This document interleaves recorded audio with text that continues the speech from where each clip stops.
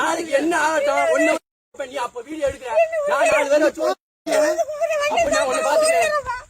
என்னால ஒண்ணும் பண்ண முடியாதுங்க. உங்களுக்கு அந்த ஒரு உயிர் என்னால என்ன நம்பி எத்தனை உயிர் அந்த ட்ரெயின்ல வந்து இருக்காங்க. என்னால கேட்டு என்ன பண்ண முடியாது. சமீபத்தில் பாத்தீங்கன்னா இந்த ஒரு வீடியோ ரொம்பவே வைரலா போய்கிட்டு இருக்கு. ஏன்னா உயிர்னு பேசிக்கிட்டு இருக்காங்க, கேட்ட திறக்க சொல்லி இப்படி பேசிக்கிட்டு இருக்காங்க. என்னாச்சு என்னன்னு அவசர சிகிச்சைக்காக கேட்ட திறக்க சொல்லி கேட் கீப்பர்ட்ட அவங்க வாக்குவாதம் பண்றதா. அதாவது தஞ்சாவூர் மாவட்டம் ஐயம்பேட்டை பக்கத்துல பின்வாசல்ங்கிற கிராமத்துல தான் இந்த ரயில்வே கேட் அமைஞ்சிருக்கு. உயிருக்கு போராடிய நிலையில ஆம்புலன்ஸ்லயும் பைக்லயும் ஒரு பொண்ணை கூட்டிக்கிட்டு வராங்க.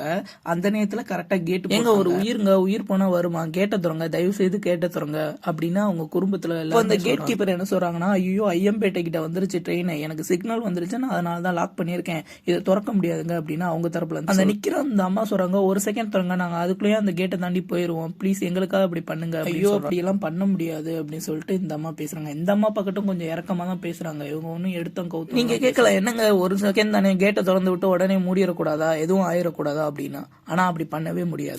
உங்களுக்கு அந்த ஒரு உயிர் என்னால என்ன நம்பி எத்தனை உயிர் அந்த ட்ரெயின்ல வந்து இருக்காங்க. என்னால கேட்டு என்ன பண்ண முடியாது. அந்த அம்மா சொன்னதை கேட்டீங்களா, அதுதான் ட்ரெயின் கேட்டை கிராஸ் பண்ணணும். கேட்டை கிராஸ் பண்ணதுக்கு அப்புறம் தான் சிக்னல் மாத்தினதுக்கு அப்புறம் தான் அதுல லாக் ஆயிருக்க கீ ரிலீஸ் ஆகும். அந்த கீயை கொண்டு போய் நம்ம கேட்ல அப்ளை பண்ணா மட்டும்தான் அந்த கேட் ஓபன் ஆகும். இது அந்த பசங்களுக்கு தெரியலன்னு வச்சுப்போம். அவங்க முழுக்க கத்துனதும் கோவப்பட்டது எல்லாமே ஐயோ அந்த பொண்ணுக்கு ஏதாவது ஆயிருமே, அந்த பொண்ணுக்கு ஏதாவது ஆச்சுன்னா என்ன பண்றது அப்படிங்கிற கோவத்திலையும் வெறுப்புலையும் கத்துனாத தவிர மத்தபடி. ஆனா அந்த அம்மா சிறப்பா செயல்பட்டாங்க. எப்படின்னு கேட்டீங்கன்னா, என்னோட பைக் அந்த பக்கம் இருக்கு, நீங்க அதை எடுத்துக்கிட்டு முன்னாடி போங்க, இந்த பைக் அப்புறம் வந்து எடுத்துக்கோங்க அப்படின்னு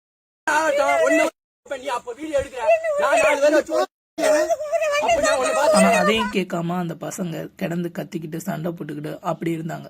ஆனா கடைசியா பாத்தீங்கன்னா அந்த பைக்கை தான் எடுத்துக்கிட்டு இவ்வளவு நேரம் வாக்குவாதம் பண்ணதுக்கு அந்த பைக்கே எடுத்துக்கிட்டு போயிருக்கு. இதுல யார் பக்கம் நியாயம் இருக்கு, யார் பக்கம் நியாயம் இல்ல அப்படின்னு இதுல பேச அந்த கேட் கீப்பர் சொன்ன மாதிரியே அவங்க தரப்பு வாதத்தையும் எடுத்து வச்சா. நீங்க இந்த உயிருக்கு பாக்குறீங்க, நான் ஆயிரக்கணக்கான உயிரை பாக்குறேன், ஆனா அவங்களை பாராட்டி ஆகணும், என்னோட பைக்கை எடுத்துட்டு போங்க, அந்த பொண்ணை காப்பாத்துங்க அப்படின்னு சொன்னதுதான்.